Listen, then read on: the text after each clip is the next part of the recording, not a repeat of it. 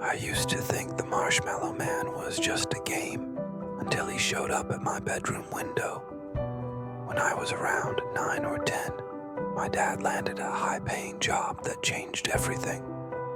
Practically overnight, we went from living in a rundown house in rural Pennsylvania to a massive home in one of Maryland's wealthiest suburbs, Brookmont. I say forced to move, but in truth, my parents were thrilled. They barely hesitated. Within a month, we had uprooted our entire lives. At that age, I didn't mind much. I was antisocial, didn't have close friends to leave behind, and I adjusted quickly, especially considering our new home was enormous. Even at 10, I could tell money wouldn't be an issue anymore. I won't bore you with all the details of the house, but I will say this. I had 2 older brothers, Sean and Harold, and our favorite part of the property was the backyard. Twisting hedges made for endless games of hide and seek, and sitting at the edge of our property line, nestled among a cluster of towering trees, was the crown jewel, a treehouse. Though Treehouse doesn't do it justice, this thing was a fortress, 3 stories tall, spanning 6 or 7 trees, with an actual staircase instead of the usual flimsy planks. It was professionally built. We used to spend hours up there until my brothers got older and lost interest. Soon, it was just me, alone. I hated that. I begged them to come back, but they wouldn't. One afternoon, I climbed up into the empty treehouse and found a folded piece of paper sitting in the corner. I still remember what it said. "Hello, I'm the Marshmallow Man. It's nice to meet you. What's your name?" I was thrilled. I figured one of my brothers was secretly trying to get me to play again. There was a stack of paper and some markers that hadn't been there before, so I eagerly scribbled my name and left the note where I found it. Each day after school, I rushed to the treehouse, and every time, there was a new note waiting for me. At first, they were harmless, even playful, but gradually, the tone changed. The Marshmallow Man began asking strange personal questions. "What time do you usually play outside? What do you eat for breakfast?" And one that still turns my stomach. "Which window is your bedroom?" I didn't question it back then. I thought it was still a game, but then came the note that changed everything. "What do your pajamas smell like?" It was so weird, so unsettling, that I couldn't keep quiet anymore. I stormed inside and demanded to know which one of my brothers was behind it. They both laughed and swore they had nothing to do with it. They even mocked me for still believing in make-believe. I felt humiliated and betrayed, but instead of telling my parents, I came up with a plan to catch them in the act. That night, as I lay in bed, I heard it, a soft tapping on my window. My heart nearly exploded. I was already scared of the dark, and now someone, or something, was at my window. I couldn't move. Eventually, I drifted into a fitful sleep. The next morning, I pulled back the curtains and nearly screamed. Dozens of marshmallows were taped to the outside of my window. I was furious. This had to be my brothers. But it wasn't funny anymore. That night, I pretended not to notice. I waited, and when the tapping returned, I leapt out of bed and yanked the curtain open, ready to catch them red-handed. But it wasn't my brothers. Staring back at me was a man, an old, decaying man, with yellow eyes, rotting teeth, and thin, patchy hair. He grinned at me through the glass. I've never screamed louder in my life. My parents burst into the room, but by the time they got there, the man was gone. Police were called. They searched the entire property, treehouse included, but found nothing. Neighbors came outside. Everyone was horrified. I gave the police the notes, told them everything, but there wasn't much else I could say. The man was never found. After that night, I was banned from the treehouse. Not that I wanted to go near it ever again. Years have passed. I've long since moved out, but my parents still live in that house. And every time I visit, I find myself staring a little too long at that rotting treehouse at the edge of the property, wondering if the Marshmallow Man is still watching. My youngest son, Luke, just went off to college, and while I'm proud of him, the house feels quieter than it ever has before. Too quiet, if I'm being honest. It's funny, when the kids are young, you dream of peace and quiet, but when it finally comes, it's not as comforting as you thought it would be. I don't know why, but his going away unlocked a part of my brain that had honestly forgotten about what I'm about to tell you. People have told my wife and me that it's normal to think a little extra about memories from your kid's childhood at a time like this. So I guess it's not too surprising. I still remember when he was just a little kid, full of energy and curiosity, always getting into something. There's one memory I have from that time that is definitely not all sunshine and rainbows, though. Luke was 8 years old when this happened. Even now, I can't fully make sense of it. I'm a carpenter by trade, so I'm pretty good with my hands. Always have been. I will admit that I was much more lively back then, willing to undertake all sorts of makeshift projects and such. One of my favorite projects was the treehouse I built for Luke in the backyard, which is still standing to this day. It wasn't just a simple platform nailed to a tree. I poured my heart into it. Walls, a roof, proper wooden steps leading up to the entrance. It was sturdy, too. I wanted it to feel like an extension of our house to him, and I definitely succeeded in that regard.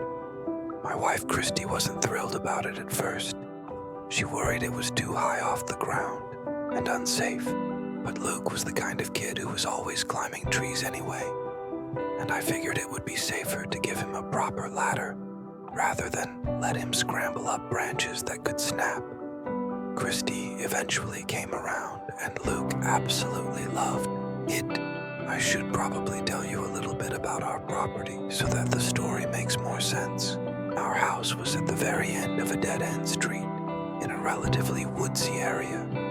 The backyard actually bordered the woods, which was part of why Christy and I fell in love with the house in the first place.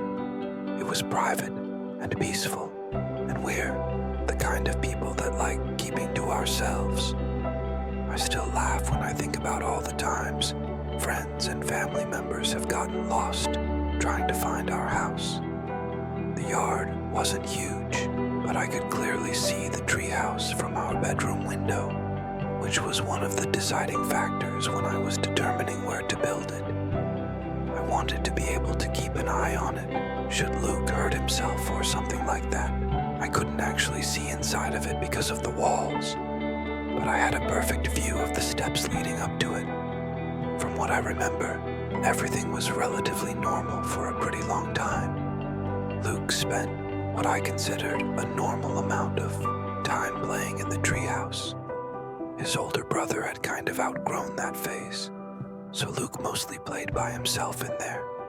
I can't remember exactly when, but at one point, he started talking about an imaginary friend named Jake. We knew he was an imaginary friend because no one in the neighborhood had a child named Jake. It wasn't unusual for kids to have imaginary friends, but Luke was 8, not exactly the age where you'd still expect that sort of thing. Christy thought it was cute and innocent, but I was a little more skeptical. It seemed odd to me, since Luke hadn't been the type of kid to make imaginary friends. Regardless, I didn't think much of it, because he was only 8 years old. It started to get a little more concerning when Christy and I realized that Luke was starting to spend more and more time up there. What struck me as strange was that he wasn't bringing toys up there, as far as I could tell. He only had his imagination to play with. It's not like he had a game console or anything to keep him entertained. And I had been very clear about not carrying anything up there alone, as it was dangerous and I didn't want him to fall. At one point, my curiosity got the better of me, and I decided to ask him about it. Luke acted extremely weird when I asked him about his friend, and said that Jake was shy and didn't like being talked about. When I asked him why he was spending so much time up there, he told me that Jake only liked to play in the treehouse, and that he didn't like coming inside. I honestly didn't know what to say. It seemed like a pretty bizarre condition. Weren't imaginary friends supposed to be available wherever and whenever you needed them? I did some research later that day and found out that some kids only play with their imaginary friends in certain rooms of their house. So, as weird as it was, I accepted it. Christy was pretty uneasy though. She thought Luke was taking this imaginary friend thing too far, and I honestly agreed. We weren't helicopter parents, though. When it came to our kids, we let them spend their free time however they wanted to, as long as they were doing well in school and completing their chores. Most weekends, we'd let Luke play with the neighborhood kids until the sun went down. They'd ride bikes, play tag, usual stuff. They were all good kids, and we trusted Luke to behave himself and stay out of trouble. He wasn't the type of kid to pick on other kids or get into fights, which was why I was especially concerned when Luke came home one Saturday with a black eye. I cleaned him up and asked him what happened. He looked down at the floor and didn't say anything, but I insisted that he tell me what happened and that I wouldn't be mad at him. What he said next made me shiver. He looked up at me and told me that he had gotten into a fight with Jake, had to process whose kid Jake was, before realizing that he was talking about his imaginary friend. I told him not to lie to me, and that he wasn't being funny. Instead of fessing up, Luke just started crying and ran to his room. Christy was convinced he'd gotten into a fight with one of the neighborhood kids, and didn't want to admit it. I agreed with that. She wanted me to take down the treehouse, right then and there. But I couldn't bring myself to do it. That treehouse had taken weeks of hard work, and the thought of tearing it down didn't sit right with me. I told her that I'd talk with Luke and tell him that he was taking things way too far. Luke refused to come out of his room or talk to me for the rest of the day, so getting something out of him wasn't going to happen. The next day, I decided to investigate. When I climbed up into the treehouse, what I saw made my stomach churn. Scattered around were children's socks and sneakers, all dirty and tattered. I knew for a fact that none of them belonged to Luke. I also knew for a fact that they weren't my older son's either. We had donated all his old shoes a long time ago. That's not all that was up there. There were also food wrappers, bags, utensils, even a couple of dirty plates. Weirdest of all, there were pencil drawings of wild animals on all the walls. There was a fox, a bear, some deer. I don't remember all of them, but I do remember that they were all animals. The one that stood out to me the most was what appeared to be a gigantic spider with a face that was just completely panel over. It was just downright freaky. I immediately climbed down and asked Luke about the treehouse. He told me that Jake only liked to talk on a full stomach, so he had to bring him food and other snacks. He then told me that the shoes and socks were also Jake's, and that Jake was pretty forgetful in general. That was it. From that moment on, I forbade Luke from going into the treehouse. I knew he was still lying to me, and I wanted to punish him until he admitted to it. I was 100% sure that Luke had found those things around the neighborhood and was making up stories to cover it up. Christy was worried about Luke's mental health, and I was too. We thought about consulting a professional should things continue, but one evening I saw something that changed everything. I was looking out the bedroom window when I spotted movement near the treehouse. At first, I was livid that Luke was disobeying me, but then I realized what I was looking at. A sickly, frail-looking child was climbing down the treehouse steps. It wasn't Luke. He didn't look like any of the kids from the neighborhood either. His clothes were dirty and he moved like he hadn't eaten in days. I ran outside, yelling for that kid to stop. As soon as I opened the back door, the boy darted into the woods. I chased after him, but he was freakishly fast. Within seconds, he disappeared into the trees. Christy called every parent in the neighborhood, but all their kids were accounted for. We called the police, who searched the woods thoroughly for over an hour, but found nothing. No missing children had been reported in the area either. The whole thing was beyond explanation. With my consent, the police questioned my son about that kid, and what he told them was horrifying. Apparently, Jake claimed to be a magic boy who lived in the woods with his other friends. His friends were supposedly all animals, as he called them: bear, fox, and names like that. Every time Jake would come to visit my son, he'd beg him to leave his family behind and join him in the woods with the rest of his friends. He'd then get mad when Luke would refuse and make these strange noises. I don't know why Luke never told me any of it, and there was a part of me that felt responsible for putting him in danger like that. The police conducted a full search of the woods, but never found a thing. We never saw Jake again after that. Christy has always been incredibly superstitious and theorized that Jake wasn't real. I don't believe in stuff like that, but the way she talks about it always gives me an unsettling feeling. I honestly don't know which explanation is freakier. The fact that some paranormal entity was interacting with my son, or the thought that there might be woods folk lurking around somewhere in the forest behind my house. This happened just a few weeks ago, so it's still fresh in my mind. I live in a quiet suburb in Delaware, but I'm a sophomore in college, out in California. It happened during fall break in October, when I was back home for a few days. I come home every chance I get, which honestly always feels a little bittersweet. I love seeing my parents, but they're really traditional, which can be suffocating. One of the things that drives me crazy is how uptight they are about weed. Even though it's recently been legalized here, they'd lose their minds if they knew I smoked. They've never really gotten used to the idea that I'm an adult now. I can't fully understand their position on it. But at the end of the day, they're my parents, and I'd never disrespect them, especially while I'm under their roof. Whenever I'm home, I have to sneak around to avoid getting caught.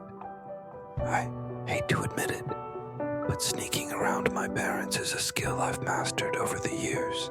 I can't even count how many times I've snuck out of the house late at night, let alone all the other dumb stuff I used to get into. My dad has the nose of a bloodhound, so smoking inside is never an option. Thankfully, my old treehouse is still standing in the front yard. My parents built it for me when I was a kid, and even though it's weathered and creaky in spots, it's held up surprisingly well. It's high enough in the trees that it's basically hidden from view, especially from the house. From up there, I can see everything. The yard, the street, even some of the house's windows.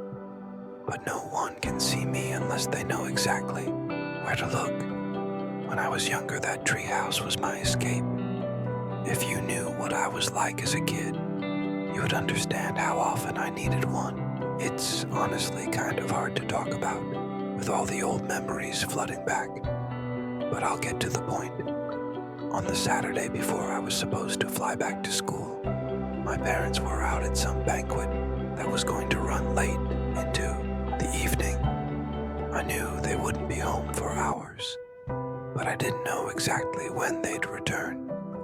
Not wanting to risk getting caught in the backyard, I climbed up into the treehouse with my stash just to be safe. It was chilly out and I could see my breath in the air. I have this theory that cold weather brings out more nostalgia, but maybe that's just me. It was quiet and peaceful up there, and honestly, it was nice being the only one around. I've always liked being up high. That probably added to the experience. I watched the sunset while thinking about school and feeling excited to go back. By the time I finished, it was mostly dark out. I had timed things just right. That's when I noticed it. As I panned my eyes across the yard, a light turned on in the house. I froze. I knew I was the only one home. My heart started racing as I stared at the window, feeling that deep, primal fear that only arises in the presence of real danger. My field of vision began to narrow, closing in around that single light source like it was pulling me toward it. A few moments later, movement in the backyard snapped me out of my haze. 3 hooded figures were circling the property, clearly trying to move quickly. My stomach dropped as I realized what was happening. I watched in shock as the 3 figures made their way to the front steps, and then a 4th figure opened the door and let them in. My chest tightened. They were robbing my house. I didn't know what to do, but I couldn't look away. Part of me was still frozen in place, while another part was trying to convince myself I wasn't really seeing what I was seeing. That's the best way I can explain what I felt in that moment. One of the figures stayed outside, pacing around the yard. Somehow, some subconscious part of me kicked in, because when I looked down, my phone was in my hand, open to the keypad. Without thinking, I dialed 911 and whispered into the phone, trying to stay as quiet as possible. I told the operator what was happening and hung up. But as I was putting the phone away, the screen lit up, and I think it caught the guy's eye. He whipped his head up toward the trees. I ducked down immediately, but I was terrified he'd seen me. Not 3 seconds later, I got my answer. A voice shouted, "Hey," clearly directed at me. I peeked through a crack in the floorboards and saw a dark figure walking toward the base of the tree. He knew I was up there. He reached the base and started climbing the wooden planks that led up to the treehouse. I screamed that the police were on their way, hoping to scare him off. But he didn't stop. He just kept climbing, his hands gripping the planks, like he was determined to reach me. Without thinking, I grabbed the only thing within reach, my bong, and hurled it as hard as I could. It hit him square in the head and shattered. He let out a loud curse and fell to the ground. He hadn't been very high up, but it was enough to make him reconsider. Instead of climbing again, he ran back toward the house and shouted something to the others inside. Moments later, I saw all 4 of them run into the backyard, presumably the way they came in. My heart was pounding like crazy. Not even 3 minutes later, the police arrived. I was shaking so badly as I climbed down from the treehouse that I thought I was going to fall. I tried to tell them what had happened, but my words were a mess. I told them I hadn't seen a getaway car and didn't get a good look at any of their faces. My parents pulled in not long after. They were really sympathetic, which I appreciated. The police said it looked like a planned job. They must have known my parents would be out that night, but what they didn't plan for was me being there. I still don't know how to feel about it. I especially don't want to think about what would have happened if that guy had made it all the way up to the treehouse. I'm back at school now, but I haven't had a good night's sleep since it happened. I'm terrified those people might come back, and even more terrified that my parents are there all alone. I worry about their safety constantly. I just hope that was the last we'll ever hear of them. I hope I never have to give an update, but I will, if, God forbid, something comes. When I was a kid, I had a very nightmarish experience at my childhood home. My family moved into that house when I was about 4, so I don't remember anything about the one we lived in before. We lived in what I consider my childhood home from when I was 4 until I was 14. Exactly 10 years. I loved that house. I have so many good memories from growing up there. We moved out of state just as I was starting high school, which was a nightmare in itself. But that has nothing to do with this story. In the backyard of that house was a treehouse. It was built by the previous owner for his kids. Believe it or not, when my parents first viewed the property, one of the major selling points was how kid-friendly the house and backyard were. For my older brother and me, my brother Kyle is 2 years older than I am, so he was 6 when we moved in. Apparently, we both got really excited when we saw the treehouse. Over the years, my brother and I would play in it with neighborhood friends, but eventually, we outgrew it. By the time I was 12, I obviously wasn't using the treehouse anymore. Not for playing anyway. Around that age, I started getting into trouble. I was a bit of a handful, throwing tantrums, getting grounded often, and arguing with my parents a lot. One weekend, my dad grounded me again after a call from my guidance counselor about my behavior and slipping grades. Like the angsty little preteen I was, I told myself I hated my parents. That night, I refused to sleep in the house. I grabbed a couple of blankets and pillows and climbed up into the treehouse. It wasn't the first time I'd done that, and my parents didn't really stop me. I think they figured it was my harmless little way of acting out. What my dad didn't know was that I had my Nintendo DS with me, even though I was grounded from video games. I ended up playing Animal Crossing for hours until I finally got tired and drifted off to sleep. But I don't think I was asleep for long. I doubt I even entered REM sleep before I was woken up by a voice. "Tommy." It was coming from outside. "Tommy, are you up there?" At first, I thought it might have been my dad. The voice sounded deep, like a grown man's, but something about it felt off. I didn't respond. My heart started racing. Then I heard the wooden ladder creaking. Someone was climbing up, and then, in the near total darkness, a head poked up through the opening in the floor. I couldn't see the person's face. I could only make out the dark silhouette of their head.